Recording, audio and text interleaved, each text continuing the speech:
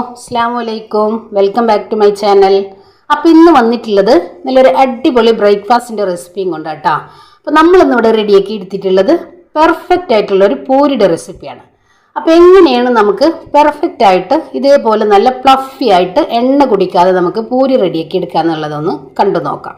അതേപോലെ തന്നെ ഇപ്പോഴും ഒട്ടുമിക്ക പേരുടെ ഒരു പ്രശ്നമാണ് പൂരി റെഡിയാക്കി എടുക്കുമ്പോൾ ഇതേപോലെ ഫ്ലഫിയായി വരാറില്ല, എണ്ണ കുടിക്കാറാണ് പതിവ് എന്നുള്ളത്. അപ്പോൾ അതിനുള്ള ടിപ്പും കാര്യങ്ങളൊക്കെ നമ്മളെ വീഡിയോയിൽ നമ്മൾ ഉൾപ്പെടുത്തിയിട്ടുണ്ട്. എങ്ങനെയാണ് നമ്മൾ പെർഫെക്റ്റ് ആയിട്ട് പൂരി റെഡിയാക്കി എടുക്കുക എന്നുള്ളത് കേട്ടോ.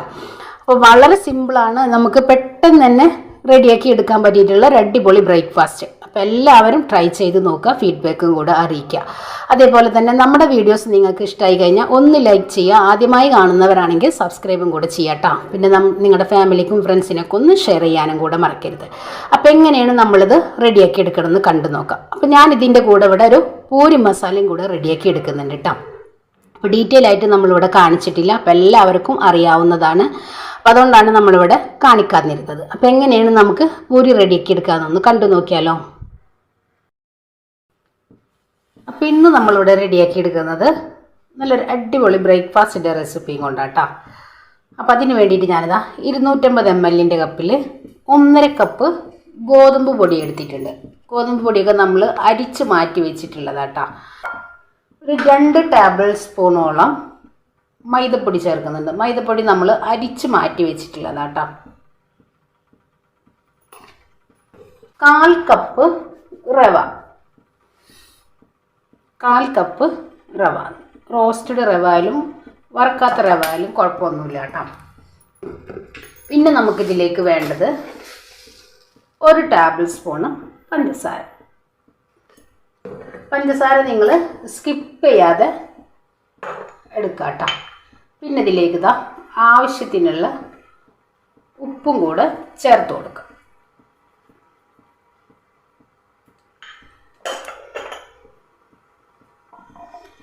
ഇനി നമുക്കിത് നല്ല പോലെ ഒന്ന് മിക്സ് ചെയ്ത് എടുക്കാം.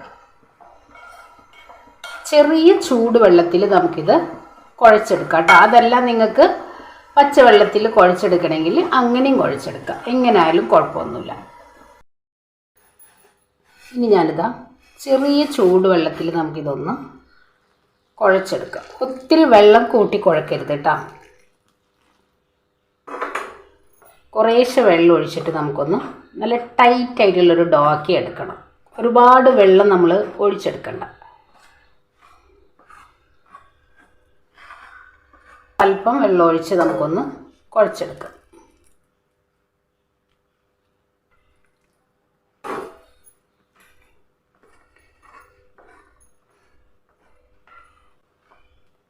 ഇത്രയും മതി. ഇനി നമുക്കിത് കുഴച്ച് നല്ല പോലെ നമുക്കൊന്ന് സോഫ്റ്റാക്കി എടുക്കണം. ഇനി നമുക്കിതിലേക്ക് വെള്ളം ഒഴിക്കേണ്ട ആവശ്യമില്ല കേട്ടോ. ഈ ഒരു നനവിൽ വേണം നമ്മൾ കുഴച്ച് സോഫ്റ്റാക്കി എടുക്കാൻ വേണ്ടിയിട്ട്. ഇനി നമ്മൾ വെള്ളം ഒഴിക്കുമ്പോൾ നമ്മൾ എണ്ണയിലിട്ടിട്ട് നമ്മുടെ പൂരി വറുത്തെടുക്കുമ്പോൾ പൊള്ളച്ച് വരെയില്ല, എണ്ണ നല്ല പോലെ കുടിക്കുകയും ചെയ്യും. അപ്പോൾ ഇനി ഞാനിത് കൈ വെച്ച് നല്ല പോലെ ഒന്ന് കുഴച്ചെടുക്കാം. കുഴച്ചെടുക്കാം. ഇനി ഞാനിതാ കൗണ്ടർ ടോപ്പിലേക്ക് ഇട്ടിട്ട് നമുക്കൊന്ന് നല്ല പോലെ ഒന്ന് കുഴച്ചെടുക്കാം. ഒരുപാട് വെള്ളം ഒഴിച്ച് കയ്യിൽ ഒട്ടിപ്പിടിക്കും വിധത്തിൽ നമ്മൾ പൂരിക്ക് മാവ് റെഡിയാക്കി എടുത്തു കഴിഞ്ഞാൽ നമ്മൾ എണ്ണയിലേക്ക് ഇട്ടെടുക്കുമ്പോൾ നല്ല പോലെ എണ്ണ കുടിക്കുകയും ചെയ്യും. ബൗളിലേക്ക് തന്നെ നമുക്കിതൊന്ന് വെച്ച് ഒരല്പം എണ്ണ ഇതിൻ്റെ മീതെ ഒന്ന് തൂത്ത് കൊടുക്കുക. ഇനി നമ്മൾ നമ്മുടെ പൂരിയിലേക്കുള്ള ബാജി റെഡിയാക്കി എടുക്കാൻ വേണ്ടിയിട്ട് ഞാനിതാ ഒരു 4 ഉരുളക്കിഴങ്ങ് എടുത്തിട്ടുണ്ട്, 2 തക്കാളി, 2 സവോള, ഒരു 6-7 പച്ചമുളക്, 2 ക്യാരറ്റ്, ഇത്ര എടുത്തിട്ടുണ്ട്. നമ്മൾ നല്ല പോലെ ഒന്ന് തൊലിയൊക്കെ കളഞ്ഞ് കഴുകി കട്ട് ചെയ്ത് കുക്കറിലേക്ക് ഇട്ട് കൊടുക്കുന്നുണ്ട്. ഇനി ഇതിലേക്ക് ഞാൻ ഒരു ചെറിയ കഷ്ണം ഇഞ്ചി ഒന്ന് മഞ്ഞൾപ്പൊടിയും കൂടെ ഇട്ടിട്ട് ആവശ്യത്തിനുള്ള വെള്ളം ഒഴിച്ച് നമുക്ക് കുക്കറിലൊന്ന് ഒരു 3 വിസിൽ വരെ റെഡിയാക്കി എടുക്കാം. ഇതിലേക്ക് നമുക്ക് വെള്ളം ഒഴിച്ചു കൊടുക്കാം. നമ്മൾ ഒരല്പം ഉപ്പും കൂടെ ചേർത്ത് കൊടുക്കാം.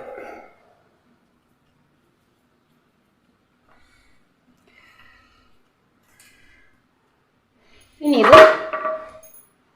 ഇത് ഒരു 3 വിസിൽ വരെ നമുക്കൊന്ന് റെഡിയാക്കി എടുക്കാം. അപ്പോൾ ഇനി നമുക്കിത് ചെറിയ ഉരുളകളാക്കി നമുക്കൊന്ന് പരത്തിയെടുക്കാം. ഞാനിപ്പോൾ ഇവിടെ 10 പ്രസ്സിലാണ് നമ്മൾ റെഡിയാക്കി എടുക്കുന്നത്. ഞാനിപ്പോൾ ഇതേപോലെ ഒരു ടിഷ്യൂ വെച്ചിട്ട് നമ്മൾ ഇതിൻ്റെ ഉള്ളിലൊക്കെ നല്ല പോലെ ഒന്ന് തുടച്ചെടുത്തിട്ടുണ്ട്. ഇനി ഇതേപോലെ നമ്മൾ പ്രസ്സിൽ ഒരല്പം എണ്ണ ഒന്ന് തൂത്ത് കൊടുത്തിട്ടുണ്ട്. ഇനി നമുക്കിത് പരത്തിയെടുക്കാം. ഇതേപോലെ നമുക്ക് ഒരു പ്ലേറ്റിലേക്കൊന്ന് പരത്തി വെക്കാം. എന്നിട്ട് നമുക്ക് ഒരുമിച്ചങ്ങ് ഫ്രൈ ചെയ്തെടുക്കാം. കുറച്ച് വലുപ്പത്തിൽ തന്നെ പരത്തിയെടുത്തിട്ടുണ്ട്. ഇനി നമുക്ക് ഇതേപോലെ ഒരു പ്ലേറ്റിലേക്ക് മാറ്റി കൊടുക്കാം. ഫ്രൈ ചെയ്തെടുക്കാം കേട്ടോ. എണ്ണ നല്ലപോലെ ചൂടായി വന്നിട്ടുണ്ട്. നമുക്കിതേക്ക് ഇട്ട് കൊടുക്കാം. എണ്ണ നല്ലപോലെ ചൂടായിട്ടുണ്ട്. ഇതേപോലെ നമുക്ക് തവി വെച്ച് ഒന്ന് പ്രസ് ചെയ്ത് കൊടുക്കാം. കണ്ടില്ലേ, പെട്ടെന്ന് തന്നെ തിരിച്ചിട്ട് കൊടുക്കാം കേട്ടോ.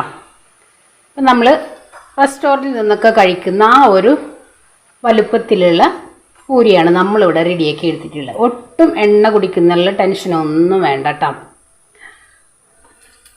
ഇനി നമുക്കിത് എടുത്ത് മാറ്റാം. നല്ല ചൂടായിരിക്കണം, അപ്പോഴാണ് നമുക്ക് നല്ല വീർത്ത് വന്നിട്ടുള്ള പൂരി നമുക്ക് റെഡിയാക്കി എടുക്കാനായിട്ട് പറ്റുള്ളൂ. കണ്ടില്ലേ, നമ്മൾ പൂരി റെഡിയാക്കി എടുക്കുമ്പോൾ ശ്രദ്ധിക്കേണ്ട ഒരു കാര്യം എന്ന് പറഞ്ഞു കഴിഞ്ഞാൽ വെള്ളം വളരെ കുറവാക്കിയിട്ട് വേണം നമ്മൾ കുഴച്ചെടുക്കാനായിട്ട്. അപ്പോൾ നമുക്ക് നല്ല പെർഫെക്റ്റ് ആയിട്ടുള്ള പൂരി റെഡിയാക്കി എടുക്കാനായിട്ട് പറ്റും. ഒരുപാട് വെള്ളം കൂട്ടിയെടുക്കുമ്പോൾ നമ്മുടെ മാവ് എണ്ണ കുടിച്ചു പോകും. എല്ലാം ഇതേപോലെ ഒന്ന് റെഡിയാക്കി എടുക്കാം. അപ്പോൾ ഇതാ നമ്മുടെ പൂരി നമ്മളിവിടെ റെഡിയാക്കി എടുത്തിട്ടുണ്ട്. കണ്ടില്ലേ, നല്ല ക്രിസ്പി ആയിട്ട് തന്നെ കിട്ടിയിട്ടുണ്ട്. അതേപോലെ ഒട്ടും എണ്ണ കുടിച്ചിട്ടില്ല കേട്ടോ. നമ്മൾ കുഴച്ചെടുത്തിട്ടുള്ള മാവ് മുഴുവനായിട്ട് നമ്മൾ ഫ്രൈ ചെയ്തെടുത്തിട്ടുണ്ട്. അത്രയും സമയം ഞാനിത് പുറത്താണ് വെച്ചിരുന്നത്. അപ്പോൾ നിങ്ങൾക്ക് കാണാൻ കഴിയുന്നുണ്ടാവും, നല്ല പ്ലഫി ആയിട്ട് തന്നെ നമ്മുടെ പൂരി നമുക്ക് കിട്ടിയിട്ടുണ്ട്. അപ്പോൾ നമ്മൾ റവ ചേർത്താലുള്ള ഒരു പ്രത്യേകതയാണ് ഇത് കേട്ടോ. അപ്പോൾ നമ്മൾ റെസ്റ്റോറൻറ്റിൽ നിന്നൊക്കെ വാങ്ങിച്ച് കഴിക്കാവുന്ന ആ ഒരു രീതിയിലാണ് നമ്മളിന്നിവിടെ ഒരു പൂരി റെഡിയാക്കി എടുത്തിട്ടുള്ളത്. അപ്പോൾ എല്ലാവർക്കും ഇഷ്ടമാണെന്ന് വിശ്വസിക്കുകയാണ്. അപ്പോൾ എല്ലാവരും ട്രൈ ചെയ്ത് നോക്കുക, ഫീഡ്ബാക്കും കൂടെ അറിയിക്കാം കേട്ടോ. അപ്പോൾ ഇൻഷാ അല്ലാഹ് നാളെ മറ്റൊരു വീഡിയോ കാണുന്നവരെ അസ്സലാമു അലൈക്കും.